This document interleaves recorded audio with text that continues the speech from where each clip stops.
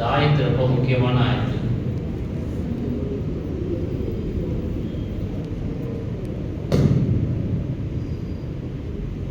பதினாலாவது அத்தியாயம் சூரா இப்ராஹிம் வசனம் 22. எதுக்கு நான் நம்பர் சொல்றேன்னா, பிறகு நீங்க பொறுமையாக கூட எடுத்து போய் பார்த்து நரகவாசிகளை பார்த்து ஷைத்தான் சொல்லக்கூடிய விஷயத்தை எல்லாம் நமக்கு சொல்லிக்கணும். அனைவருக்கும் தீர்ப்பு வழங்கப்பட்ட பின் ஷைத்தான் நரகவாசிகளை பார்த்து கூறுவான், அல்லாஹ், அது ஷைத்தான் சொல்றத நான் சொல்றேன். நரகவாசிகளை பார்த்து ஷைத்தான் சொல்றான், அல்லாஹ் உங்களுக்கு உண்மையை வாக்களித்தான், நான் பொய்யை வாக்களித்தேன். நான் உங்களுக்கு உண்மைக்கு மாற்றமாக உரைத்தேன். உங்களை என் விருப்பத்திற்கு இணங்க செய்ய எனக்கு எவ்வித அதிகாரமும் இருக்கவில்லை. இருந்தாலும் உங்களை நான் தீமையின் பக்கம் அழைத்தேன். புரியுதா? கடைசியா சொல்றது, நான் சொல்றதை நீங்க கேட்டுத்தான் ஆகணுங்கிற ஒரு நிர்பந்தம் உங்களுக்கு கிடையாது. நான் தப்பின் பக்கம் தான் அழைப்பேன், தீமை செய்யறதுக்கு தான் அழைச்சேன். ஆனா அதுக்கு நீங்க சாயணும், எனக்கு வழிபடணும் அப்படிங்கிற நிர்பந்தம் உங்களுக்கு இல்லையே. நீ மீறி கூட நீங்க செயல்படலாம்ல. எத்தனையோ நாதாக்கள், எத்தனையோ இளைஞர்கள், அவங்களும் உங்களை மாதிரி மனுஷங்க தானே. அவங்களுக்கு இந்த புராணம் தானே வேதமா இருந்துச்சு. எப்படி பாயிண்ட் கொண்டு வர பாருங்க, மற்றதெல்லாம் பண்ணிட்டு எப்படி பேசலாம் பாருங்க. அதனால எனக்கு இணங்க எவ்வித அதிகாரமும் எனக்கு இல்லை. இருப்பினும் உங்களை நான் தீமையின் பக்கம் அழைத்தேன். நீங்கள் என் அழைப்பை ஏற்றுக்கொண்டீர்கள், உடனே ஏற்றுக்கொண்டீர்கள். எனவே இன்று என்னை நீங்கள் பழிக்காதீர்கள். என்னை எவன் விட்டார்கள்? ஒன்றரை வண்டி தப்பு உங்கள்கிட்ட இருக்குது. என்னை திட்டுறதுக்கு உங்களுக்கு எந்த தகுதியும் கிடையாது. என்னை நீங்கள் பழிக்காதீர்கள், வேணும்னா உங்களை நீங்களே பழித்துக் கொள்ளுங்கள். நரகவாசியை பார்த்தாங்க, அது ஷைத்தான் சொல்ற வார்த்தை, உங்களை நீங்களே பழித்துக் கொள்ளுங்கள். நான் உங்களை காப்பவன் அல்ல, நீங்களும் என்னை காப்பவர்கள் அல்ல. நிச்சயமாக நீங்கள் முன்பு எவற்றை எனக்கு இணை வைத்தீர்களோ அவற்றை நான் நிராகரிக்கிறேன் என்று கூறுவான். நிச்சயமாக அநியாயக்காரர்களுக்கு வதைக்கும் வேதனை காத்திருக்கிறது அப்படின்னு அல்ல ஆயத்து. ஷைத்தான் எப்படி லாவணியமா தப்பிச்சுக்கிறான் பார்த்தீங்களா? ஆனால் ஷைத்தானத்தான் முழுக்க நம்முடைய வாழ்க்கையினுடைய முழு மாடலாக நம்ம எடுத்துக்கொண்டு வாழ்ந்து கொண்டிருக்கிறோம். உலகத்தில் கிடைக்கிறது எல்லா மதத்தினர்களையும் கலந்து எல்லா மனித சமுதாயத்துக்கும் நம்ம சொல்றோம். ஷைத்தான் சொல்றபடி தான் மனசு விரும்புது, வாழ்றதுக்கு நடக்கிறது. அந்த ஷைத்தான் கடைசியில மறுமையில காலவாரி விட்டுரும். உங்களுக்கு எனக்கு எந்த சம்பந்தமும் இல்லை. கூப்பிட்டேன், உங்களை யார் வர சொன்னான்? சொன்னேன், உங்களை யார் கேட்க சொன்னான்? எப்படி பேச்சு பார்த்தீங்களா? நீங்க பார்த்தீங்கன்னா அல்லாவும் எவ்வளவோ வாக்களிக்கிறான். அதன் பக்கம் நம்முடைய மனசு இன்ட்ரெஸ்ட் கொடுக்க மாட்டேங்குது. சைத்தான் சொல்ல கரெக்ட் தானே? அல்லாஹ் உங்களுக்கு அத்தனை ஃபர்ஸ்ட் எடுத்தோன்னே சொல்றான், அவன் உண்மையை வாக்களிச்சான், நான் பொய்யை வாக்களிச்சேன். நான் சொன்னதை கேட்டீங்க, அவன் சொன்னதை கேட்கல. ஏன் அவன் சொன்னதை கேட்கறது, நான் சொல்றதை கேட்காம இருக்கிறது? அது உங்க தப்பு தானே. அது அவன் என்னையை திட்டினா என்ன அர்த்தம்? கரெக்டாக தானே சொல்றோம். நீங்க பாருங்க, நம்முடைய மனசு எப்படியெல்லாம் அலபாயுது அப்படின்னா,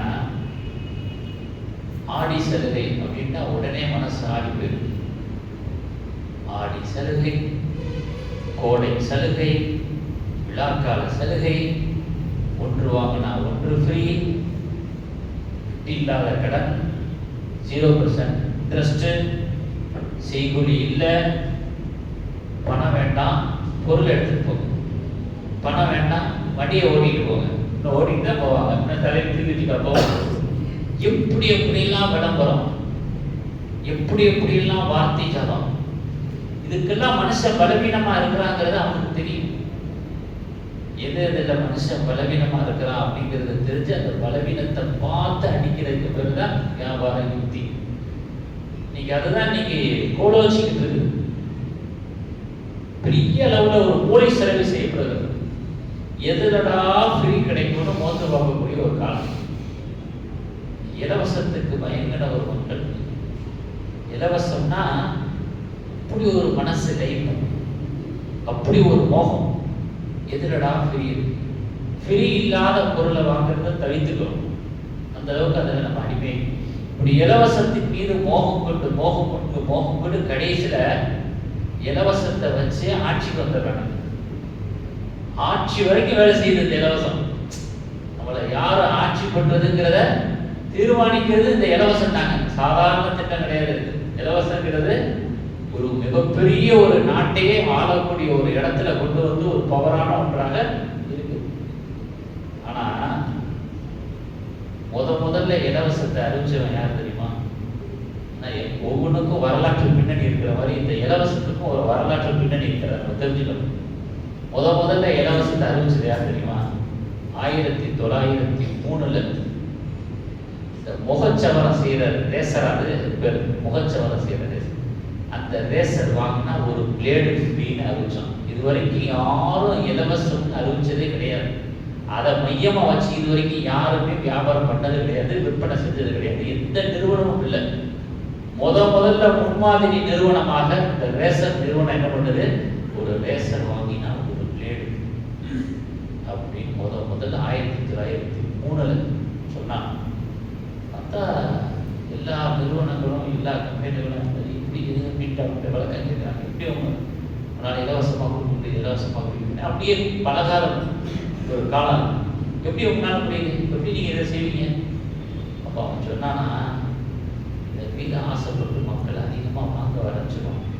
ரேசரை அதிகமாக வாங்க ஆரம்பிச்சிடுவாங்க. மக்கள் கூட்டம் அதிகமாக எனக்கு சேல்ஸ் அதிகமாகும். அப்போ நான் என்ன பண்ணுவேன் தெரியுமா? இந்த ரேசருடைய விலையை கூட்டிடுவேன்.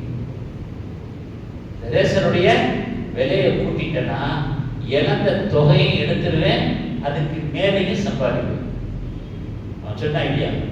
இழந்த தொகையும் எடுத்துருவேன், அதுக்கு மேலேயும் சம்பாதிச்சிருவேன்.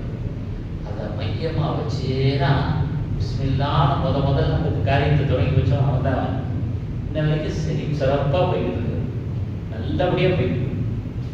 இதெல்லாம் போய்கிட்டு இருக்கு பாருங்க. WhatsApp free, Facebook free, Google free. தட்டி விட்டோம்னா கூகுள்ல என்ன வேணாலும் தகவல் எடுத்துக்கலாம். நீங்க என்ன உங்களுக்கு வேணும் அதை வச்சு எக்ஸாம் கூட எழுதலாம். அவ்வளவு இருக்கு எல்லாமே. நம்ம மேலோட்டமா பார்த்தா எல்லாம் ஃப்ரீயா கொடுக்குற மாதிரி இருக்கு. நெட்டு போடுறதுக்கு ஆட்ட தானே வரணும். இங்க வச்சிருவான் கொட்டு. அவன் என்ன சொல்ல எவ்வளவு சொல்றான்னா அந்த விலைக்கு ரெண்டு இதா பண்ணி ஆகணும். எதை கொடுத்து எதை எடுக்கிறான் பாருங்க. நமக்கு தெரியாது. இது போட்டோம்னா எல்லாம் அது ஃப்ரீ, இது ஃப்ரீ நினைச்சிட்டு இருக்கிறோம். ஈஸியா உள்ள போறோம், புழங்குறோம், எல்லாம் பண்றோம். அவன் யாருக்கு நம்மளுக்கு ஃப்ரீயா கொடுக்குறது? எவ்வளவு தகவல் பரிமாற்றம் பண்றோம். அதுல காசு இதெல்லாம் ஃப்ரீயா புழங்குற மாதிரி தெரியுது. ஆனா எதுதான் எடுத்துடலாம், எடுக்க வேண்டிய இடத்துல எடுத்துடும். இதுக்கு நான் என்ன சொல்றேன்னா, இலவசம் இலவசம் இலவசம் சொல்லி பயனாளிகளை ஏமாற்றும் திட்டத்தை தான் இந்த மனிதர்கள் தருகிறார்கள். மனிதர்கள் தரும். நான் அல்லாஹ் இலவச திட்டத்தை 16 நூற்றாண்டுகளுக்கு முன்பாகவே கொடுத்தான்.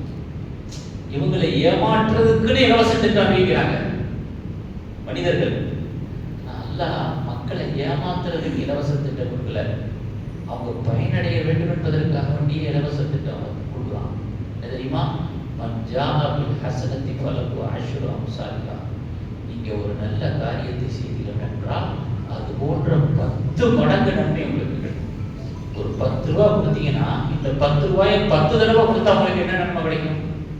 கொடுத்த தடவை ஒரு தடவை கூலி பெறுறது 10 தடவைக்கான கூலி. இலவசம் தானே. இவன் 1க்கு 1 தான் ஃப்ரீங்கிறான். அல்லாஹ் என்ன சொல்றான்? 1க்கு 10 ஃப்ரீங்கிறான். ஆனா 10 மேலே நமக்கு ஆசை வருது. இந்த 1க்கு 1 தானே ஃப்ரீ ஆசை வருது நமக்கு. இந்த இடத்துல தான் நம்ம ஈமான் பலவீனமாக இதுதான் ஷைத்தான் டார்கெட் பண்ணி சொல்றோம். 13வது ரக்காயத்துல ஆப்ஸா ஓதுன ஆயத்தை உங்களுக்கு எடுத்து வைக்கிறேன். நல்லா பார்த்துக்கங்க. 14வது அத்தியாயம் 22வது வசனம். நானாப்பா எனக்கு வழிபடுங்கன்னு சொன்னேன், நானா அவங்கள போட்டு நிர்பந்திச்சேன், சொன்னேன், கூப்பிட்டேன், நீங்களா தானே வந்தீங்க, நீங்களா தானே செஞ்சீங்க, ஒரு இதுக்கு என்னை திட்டுறீங்க. பல தருமுனி, என்னை திட்டுறதுக்கு உனக்கு எந்த யோகியதையும் கிடையாது. வருமுனி, உன்னை நீயே திட்டிக்கோ, உன்னை நீயே படிச்சுக்கோ அப்படின்னு ஷைத்தான் ரொம்ப லாவணியமாக மறுமையிலே பேசுவான். எதுக்கு அல்லாஹ் நம்மகிட்ட சொல்லி காட்டணும்? மறுமையில இப்படிதான். எந்த ஷைத்தானுக்கு பின்னாடி நீங்க உங்க வாழ்க்கையை அமைச்சுக்கிட்டு போறீங்களோ, எந்த ஷைத்தானை நீங்க ரோல் மாடல் எடுத்துக்கிட்டீங்களோ, அந்த ஷைத்தானுடைய முன்மொழிவு, மறுமையில் அவனுடைய முன்மொழிவு, அவனுடைய சம்பாஷணை இப்படித்தான் இருக்கும். இதுதான் ஷைத்தானை பின்பற்றக்கூடியவர்களுடைய நிலை மறுமையில அப்படிங்கிறதுக்காக அல்லாஹ் இதை சொல்லி காட்டுகிறார். ஆனா சஹாபாக்கள் இந்த மாதிரி இலவசத்துக்கெல்லாம் அடிமையாகல. அல்லாஹ் சொன்னா பார்த்தீங்களா, இலவசத்துக்கு அதுக்கு அடிமையாகல. அதான் சஹாபாக்களுக்கு நமக்குள்ள வித்தியாசம்.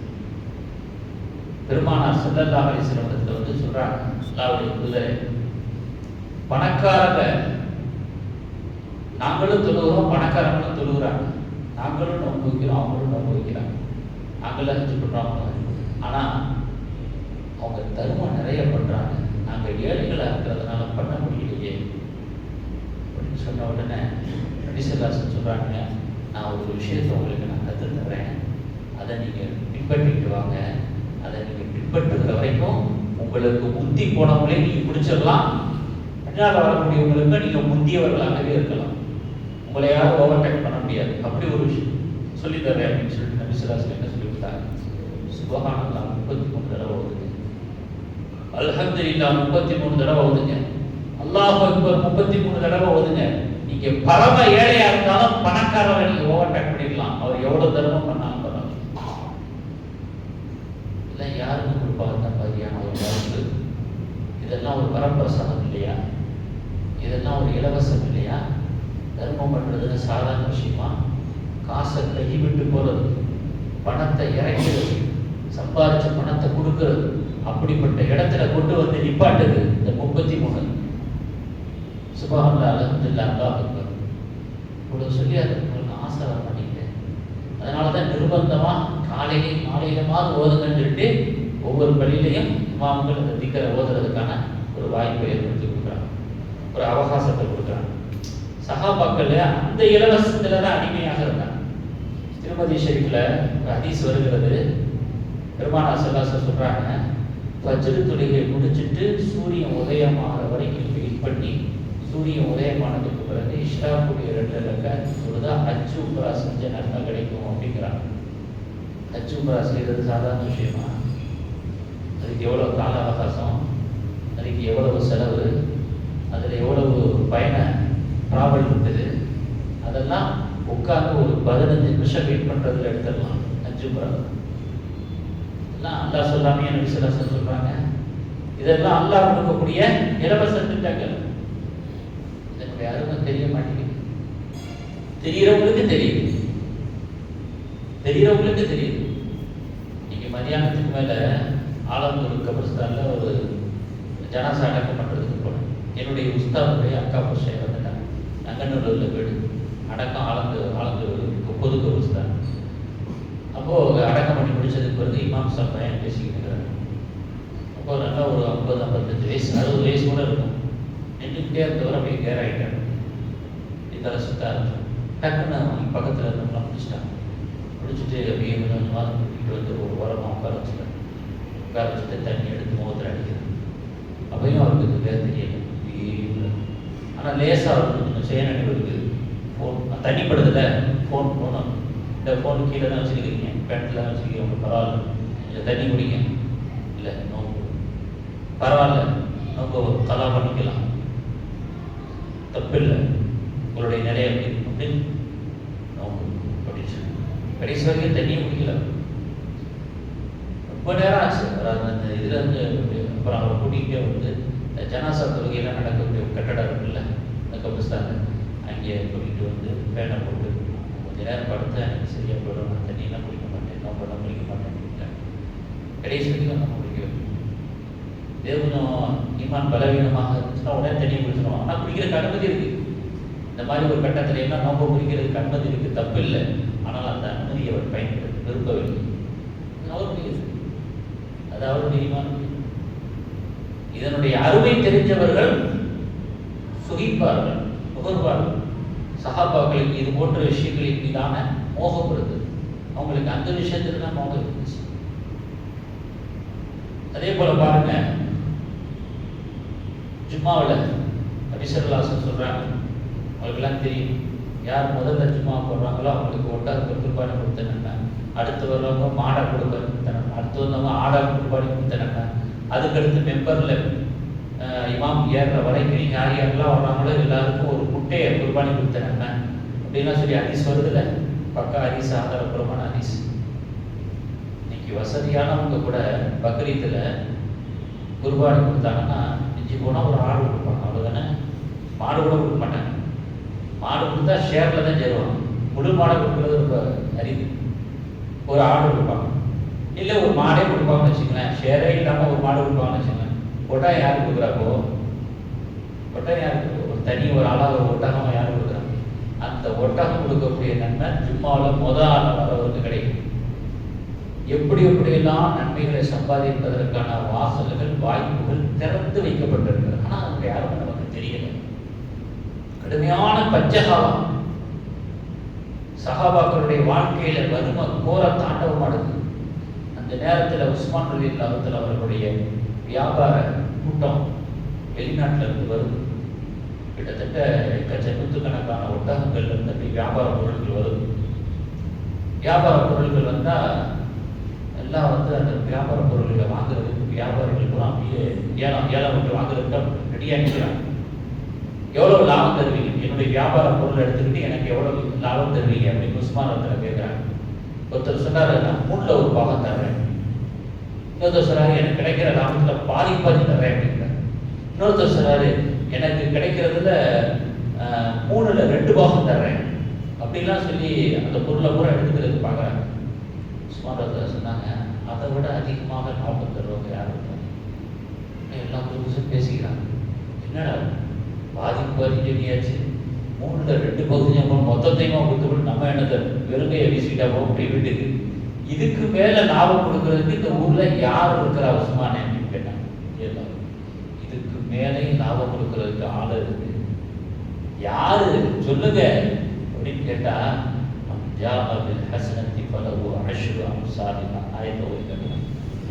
இதை அப்படியே நான் தர்மமா கொடுத்துட்டா நான் எவ்வளவு கொடுத்தேனோ இதே மாதிரி 10 மடங்கு கொடுத்ததனுடைய நன்மையை தருவதற்கு, லாபத்தை தருவதற்கு அல்லாஹ் ரெடியாக இருக்கிறான். அதனால இப்ப இருக்கக்கூடிய வறுமை சூழ்நிலையில, பஞ்ச சூழ்நிலையில உங்கள்கிட்ட எந்த காசையும் நான் வாங்க விரும்பல, மக்களுக்கு இதை நான் தர்மமா கொடுக்க போறேன் அப்படின்னு அப்படியே தர்மம் செஞ்சுட்டாங்க. மறுமையை நேசிக்கக்கூடியவர்கள், மறுமைக்காகவே வாழக்கூடியவர்கள் என்றைக்குமே தோத்து போக மாட்டாங்க. என்னைக்குமே தோத்து போக மாட்டாங்க. அவர்களுடைய கண்ணியம் கண்ணியமாகவே இருக்கும், அவர்களுடைய சிறப்பு சிறப்பாகவே இருக்கும். நான் ஒரு விஷயத்தை சொல்லி முடிச்சிருவேன். என் கூட ஓதனவர் பேர் முகமது அகமது. நான் ஒரு ஸ்டேட்டஸ் போட்டிருந்தேன், பார்க்குறவங்களுக்கு தெரியும். அதில் ஒரு ஆக்டர், அவர் என்ன பேசுகிறார் தெரியுமா? சாமியை காப்பாற்ற போடுற மாதிரி சில பேர் பேசுவாங்க. அவங்க நீ நம்பிடாதீங்க. ஒரு முக்கியமான பிரபலமான ஆக்டர் அவர். என்னடா கையெழுத்துக்கிற பார்த்தீங்கன்னா, ஒரு பிரபலமான ஆக்டர், அவர் பேரை சொல்லல, அவர் அருமையா இந்த தேர்தல் டயத்துல இந்த சூழ்நிலையில அது முக்கியமான பேச்சு, அதனால நான் போட்டேன். என்ன சொல்றாரு, சாமியவே நான் தான் காப்பாற்ற போறேன் அப்படிங்கிற மாதிரி பேசுவான். அவன் கூட சேராதீங்க. சாமியை காப்பாற்றுற அளவுக்கு பவரான மனுஷன் இன்னும் யாரும் பிறக்கல. நான் சொல்றான், மதத்தை வச்சு சண்டை போடுறவனோட சேராதீங்க, மதத்தை வச்சு அரசியல் பண்றவனோட நம்பாதீங்க. நல்லா 2 வார்த்தை சொன்னாலும் நறுக்கு பேசும். அதனால நான் எடுத்து போட்டேன். இதை பார்த்துட்டு ஒரு ஆலிம் சார், அவர் பேர் முகமது அகமது, அவர் என்ன பண்றாரு, என்கிட்ட ரிப்ளை பண்றாரு, இந்த ஸ்டேட்டஸ்ல பேசுறவர் யாரு அப்படின்னு. அவர் பிரபலமான ஆக்டர், பெரும்பாலும் எல்லாருக்கும் தெரியற மாதிரி உள்ளவர் தான். அவரு இவர் யாரு, நறுக்குன்னு வார்த்தைகள் பூரா பயங்கரமா இருக்கு, யாரு யாரா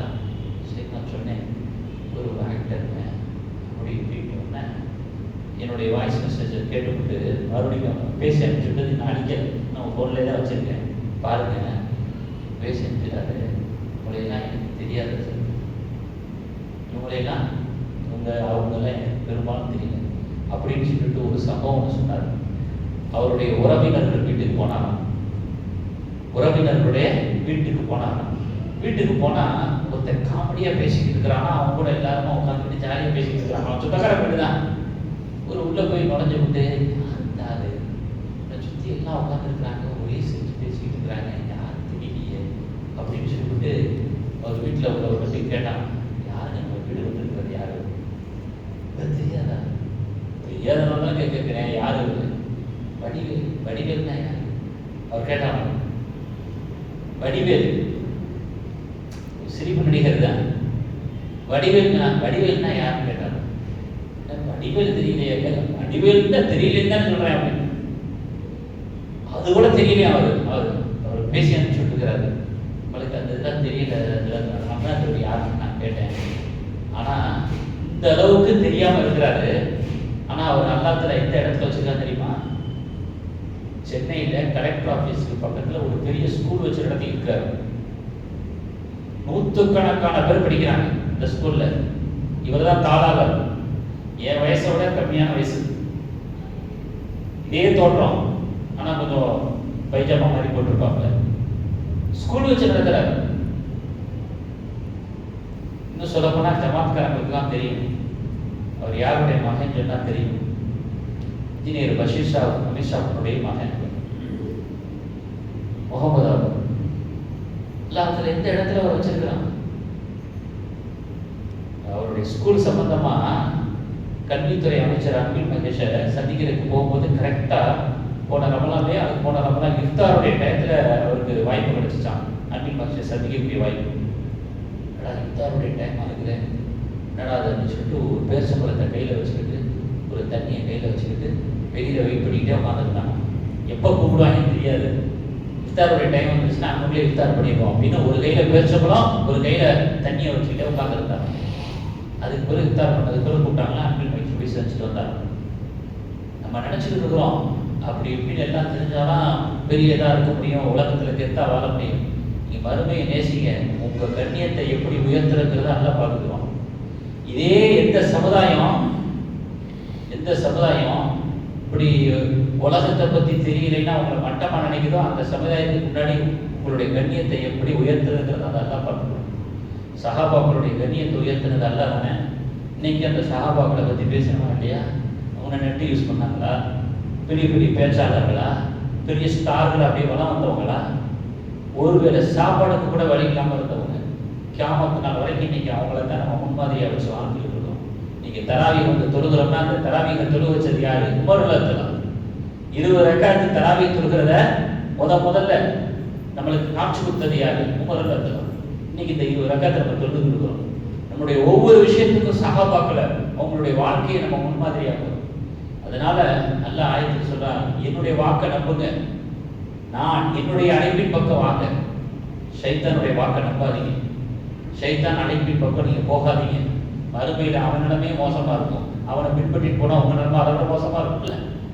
அதுதான் காலத்துல இந்த ஆயத்துல ஷைத்தான் மறுமையில என்ன பேசுவாங்கிறத சொல்லி கேட்டோம்னா அதைத்தான் 13வது ரக்காத்துல ஹாஃபிஸா போட்டு